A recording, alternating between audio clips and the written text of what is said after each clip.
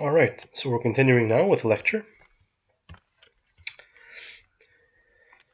So I guess one other question we can go is there a universal type of leadership? And the answer again briefly is no. It really depends on the situation. Obviously, as a society, I believe that we're moving much more towards the more democratic style versus the authoritarian style. Because of the forces, of the subordinates, I think people tend to want to make decisions or want to be part of the decision-making process more than before. But again, it depends on the country as well. There are certain countries that really are much more authoritarian in nature, and they believe that the manager is the one that's getting paid to make the decisions, and that they're the ones that should be making the decisions themselves. The managers, that is. What type of leaderships are practical and desirable? Well, again, it depends on the manager, subordinate, and the situation. And that's what brings us to the next few slides. So how do you actually lead? So after all this discussion about the different approaches, whether authoritarian or democratic, how do you actually lead? And it depends on the forces of manager, subordinate, and situation. And this is how I would frame any question on the final exam. I would frame it on these three forces. I'll try to find evidence from these three forces, and I would use that to kind of create some ammunition, some evidence for whatever claim that I would be making. So this is the most important part, I would say. So the forces in the manager. These are the five elements that comprise the forces in the manager, and this will determine whether the forces in the manager are leading towards a more authoritarian or a more democratic style of leadership. So the first thing is the manager's value system. So does the manager believe that, just in terms of the values of the manager, does the manager believe that it is important for everybody to have a say in the decision making?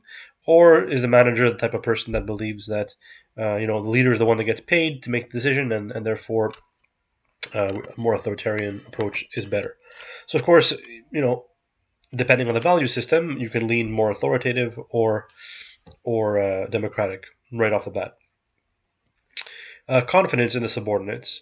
So, if the manager, when you're facing a specific problem, obviously you should have confidence in your subordinates. Otherwise, I don't really think that they'll be working for you. But, when facing a particular problem, does a manager believe that the subordinates have the abilities, the right abilities required to give some valuable, give some value to the actual problem? So does a manager have confidence in the subordinates? If the manager has confidence, then great. Then you can always take a more democratic approach. If not, then a more authoritarian approach. Next is the manager's leadership inclinations. This is different from value system. This is just the inclinations. Is that is the manager, him or herself, do they prefer authoritative styles, or do they prefer democratic approaches? Do they actually encourage people to discuss and to work together in a team, or do they not encourage that? Lastly, feelings of security. This is kind of this is basically the idea of comfort with uncertainty. So is the manager comfortable with uncertainty or ambiguity? Obviously, when you're putting a question out there to your subordinates and allowing them to find the solution to the problem, you kind of let go of the reins a little bit.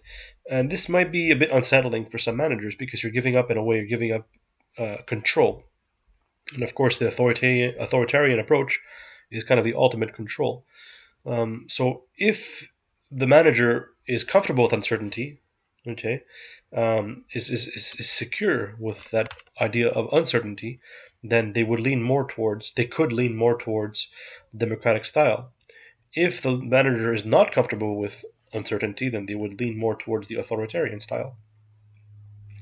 Well, that's where the force of the manager would be pushed towards one way or another. The forces in the subordinate. So again, you would look at these different elements, and based on where they would lead in general, you can decide whether the forces are pushing more in a democratic style approach or in a more authoritarian style approach. So the first one, now we're looking at the subordinate side, and the more of these that there are, the more democratic the forces would be pushing in terms of the forces of the subordinates. So do the subordinates have a need for independence? Are they ready to assume responsibility? Do they have a high tolerance for ambiguity? Do they identify with organization's problems and goals? Do they feel like it's important to them? Do they have the knowledge and experience required to actually solve the problem? Obviously, if they don't have the knowledge and experience required, it'd be a really bad idea to give them the reins, because it would just be detrimental to everybody. And lastly, are they used to being part of the decision-making process? If they're used to being part of the decision-making process, then again, it makes the democratic tendency, a lot more easy to actually follow. So again, the more of these that you have, or the higher that all of these are, the more from the subordinate side, the more that we are leaning towards a democratic style of leadership. So, if these are all high, then or yes, then basically the force of the subordinate is pushing towards the democratic side. And the opposite is true.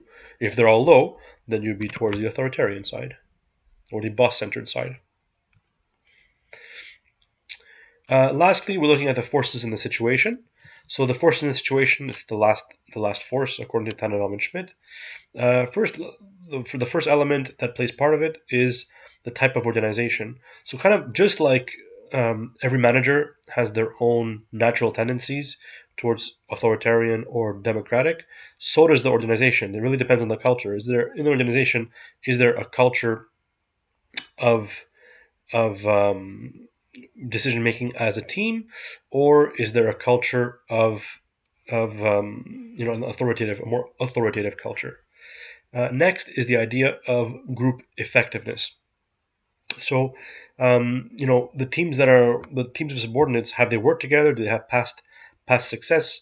If they have past success working together, there's great chemistry, then of course, why not actually, put them together and allow them to work on the problem. Next is, and that will be more democratic, of course.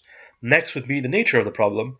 So if a problem is increasingly or very, very complex, with lots of variables, then maybe it's a good idea to get different perspectives, kind of open up the pool to everybody's ideas.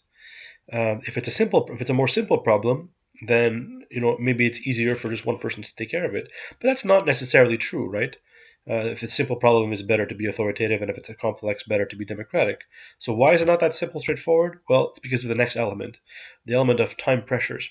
So, the more time that you have to solve a problem, the easier it is to decide to go for a democratic approach, because meetings take time. We've discussed this. Meetings take time. Getting people together takes time. Listening to everybody's opinions takes time. And if you don't have the time, then sometimes it's just easier to take an authoritarian approach and make the decision yourself. Now, once you're able to kind of take a step back from all these day-to-day objectives, so far we're talking about all these objectives that we want to be obtaining, right? You want to obtain an objective, and you go with group, or do you go with boss-centered or subordinate-centered leadership style? But when you take a step back, you look at the long-run strategy, is where do you want to take the company as a whole?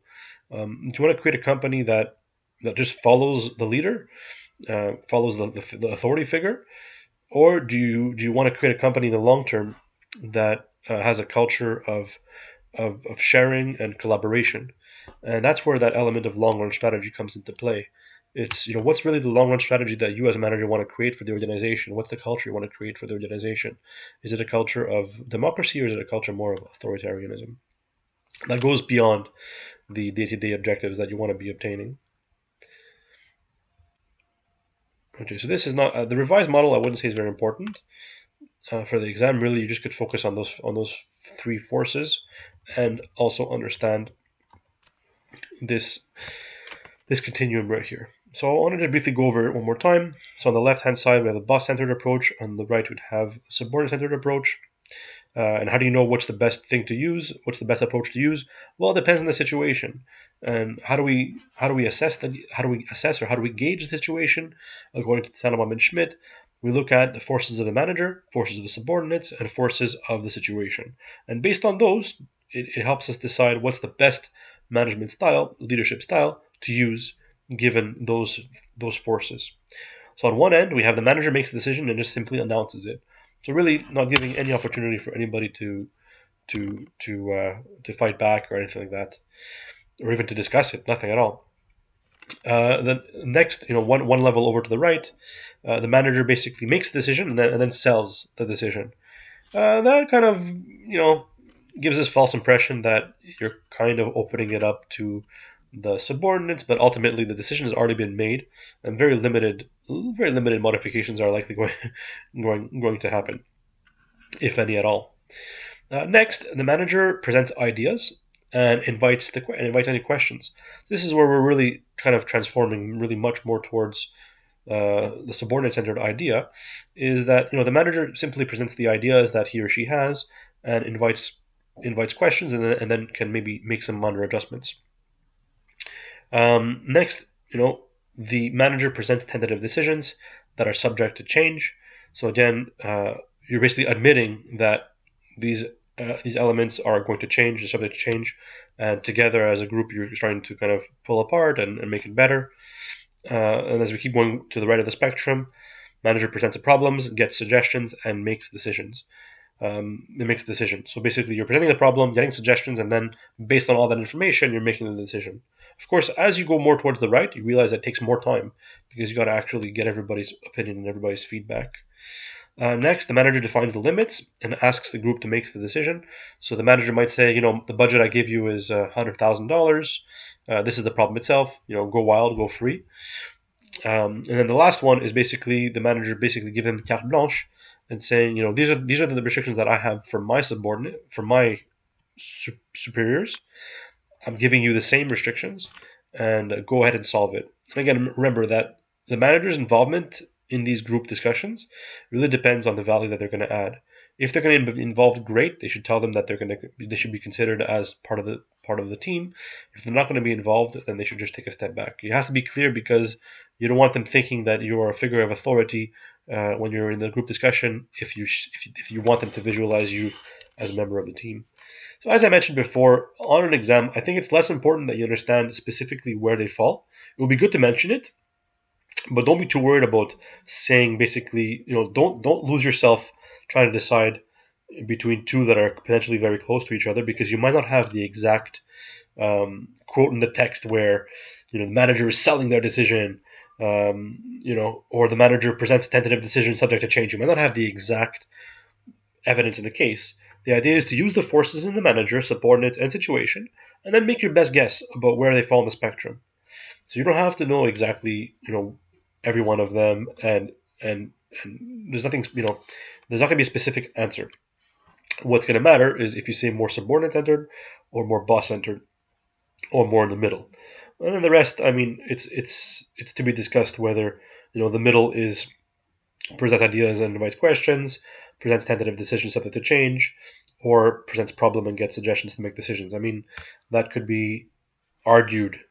But what's important, again, is that you use the forces, manager, subordinate, and situation, and you make a decision whether you recommend more boss-centered, subordinate-centered, or somewhere in the middle. So that's basically it for this recording of the lecture. I hope that has helped you. Please don't forget the next class you have your papers due, and we'll also be doing a review. I will shoot out an email once I feel a bit better, and we'll catch up next Monday. Thank you so much. Have a good rest of the week.